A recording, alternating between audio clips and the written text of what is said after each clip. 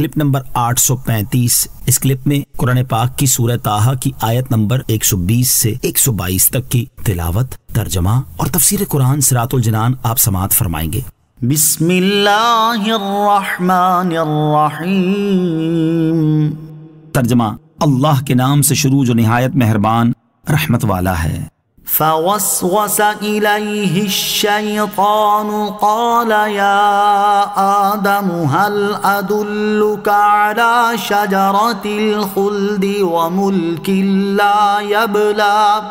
ترجمہ: تو شیطان نے اسے وسوسہ ڈالا، کہنے لگا اے آدم، کیا میں تمہیں ہمیشہ رہنے کے درخت اور ایسی بادشاہت کے متعلق بتا دوں جو کبھی فنا نہ ہوگی؟ فوسوس الیہ الشیطان، تو شیطان نے اسے وسوسہ ڈالا۔ اس سے پہلی آیات میں اللہ تعالیٰ نے حضرت آدم علیہ السلام کی عظمت بیان فرمائی کہ اس نے انہیں فرشتوں سے سجدہ کروایا، اور اس کے بعد بیان فرمایا کہ اللہ تعالیٰ نے حضرت آدم علیہ السلام اور ان کی زوجہ حضرت حوا رضی اللہ تعالی عنہا کو شیطان کی دشمنی کی پہچان کروا دی اور جنتی نعمتوں کی اہمیت بیان فرما دی۔ اور اب اس آیت میں بیان فرمایا جا رہا ہے کہ شیطان نے حضرت آدم علیہ السلام کو وسوسہ ڈالا اور کہنے لگا اے آدم علیہ السلام، کیا میں آپ کو ایک ایسے درخت کے بارے میں بتا دوں جسے کھا کر کھانے والے کو دائمی زندگی حاصل ہو جاتی ہے، اور ایسی بادشاہت کے متعلق بتا دوں جو کبھی فنا نہ ہوگی اور اس میں زوال نہ آئے گا۔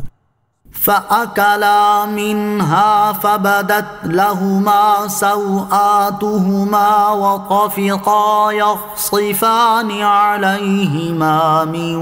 وَرَقِ الْجَنَّةِ وَعَصَىٰ آدَمُ رَبَّهُ فَغَوَىٰ۔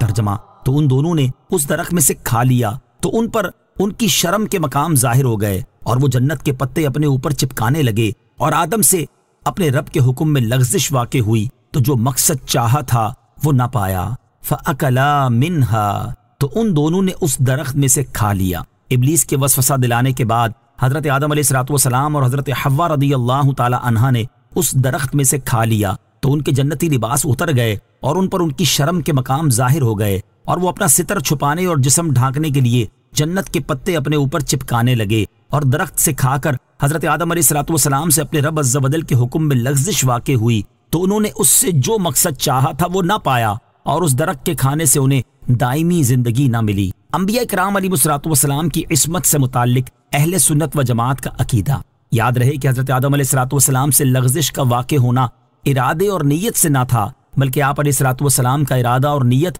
حکم کو پورا کرنے اور اس چیز سے بچنے کا تھا جو جنت سے نکال دیے جانے کا سبب بنے، لہٰذا کسی شخص کے لیے تعویل کے بغیر حضرت آدم علیہ السلام کی طرف نافرمانی کی نسبت کرنا جائز نہیں۔ اللہ تعالیٰ حضرت آدم علیہ السلام سے راضی ہے، اور آپ علیہ السلام نبوت سے پہلے اور نبوت کے بعد بھی اللہ تعالیٰ کے کسی حکم کی مخالفت کرنے سے معصوم ہیں۔ یہاں انبیاء کرام علیہ السلام کی عصمت سے متعلق اہل سنت و جماعت کے عقیدے کے بارے میں اعلیٰ حضرت امام احمد رضا خان رحمۃ اللہ تعالی علیہ کے کلام کا خلاصہ ملاحظہ ہو۔ اہل حق یعنی اہل اسلام اور اہل سنت و جماعت شاہراہ عقیدت پر چل کر منزل مقصود کو پہنچے، جبکہ سرکشی کرنے والے اور اہل باطل تفصیلات میں ڈوب کر اور ان میں ناحق غور کر کے گمراہی کے گھڑے اور بددینی کی گمراہیوں میں جا پڑے۔ انہوں نے کہیں دیکھا وَعَصَىٰ آدَمُ رَبَّهُ فَغَوَىٰ کہ اس میں عصیاں اور بظاہر اللہ تعالیٰ کے حکم کی تعمیل سے روح گردانی کی نسبت حضرت آدم علیہ السلام کی جانب کی گئی ہے۔ کہیں سنا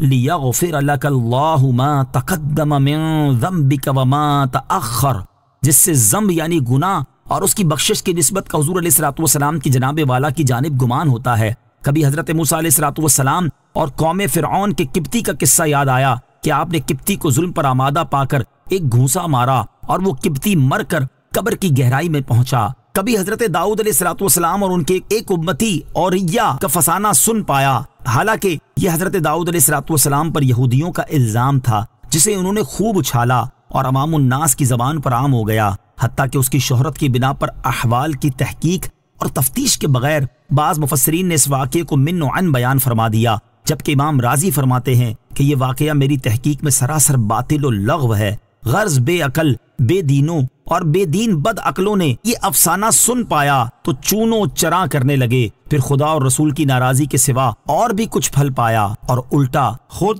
تم کلذی خاضوا، اور تم بے ہودگی میں پڑے جیسے وہ پڑے تھے، نے ولیکن حقت کلمۃ العذاب علی الکافرین، مگر عذاب کا قول کافروں پر ٹھیک اترا کا دن دکھایا۔ مسلمان ہمیشہ یہ بات ذہن نشین رکھیں کہ حضرات انبیاء کرام علیہ الصلوۃ والسلام کبیرہ گناہوں سے مطلقاً اور گناہ صغیرہ کے عمدن ارتکاب اور ہر ایسے امر سے جو مخلوق کے لیے باعث نفرت اور مخلوق خدا ان کے باعث ان سے دور بھاگے، نیز ایسے افعال سے جو وجاہت و مروت اور معززین کی شان و مرتبے کے خلاف ہیں، قبل نبوت اور بعد نبوت بالاجماع معصوم ہیں۔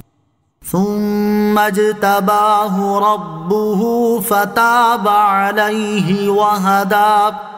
ترجمہ، پھر اس کے رب نے اسے چن لیا تو اس پر اپنی رحمت سے رجوع فرمایا اور خصوصی قرب کا راستہ دکھایا۔ ثم اجتباہ ربہ،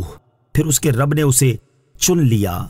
زمین پر تشریف آوری کے بعد حضرت آدم علیہ السلام اللہ تعالیٰ کی توفیق سے توبہ و استغفار میں مشغول ہوئے، اور جب انہوں نے اللہ تعالیٰ کی بارگاہ میں سرکار دو عالم علیہ السلام کے وسیلے سے دعا کی تو اللہ تعالیٰ نے ان کی توبہ قبول فرما کر ان پر اپنی رحمت سے رجوع فرمایا اور انہیں اپنے خاص قرب کا راستہ دکھایا۔ صلو علی الحبیب صلی اللہ تعالی علی محمد صلی اللہ تعالی وسلم۔ مجھے اپنی اور ساری دنیا کی لوگوں کی اصلاح کی کوشش کرنی ہے انشاءاللہ عز و جل۔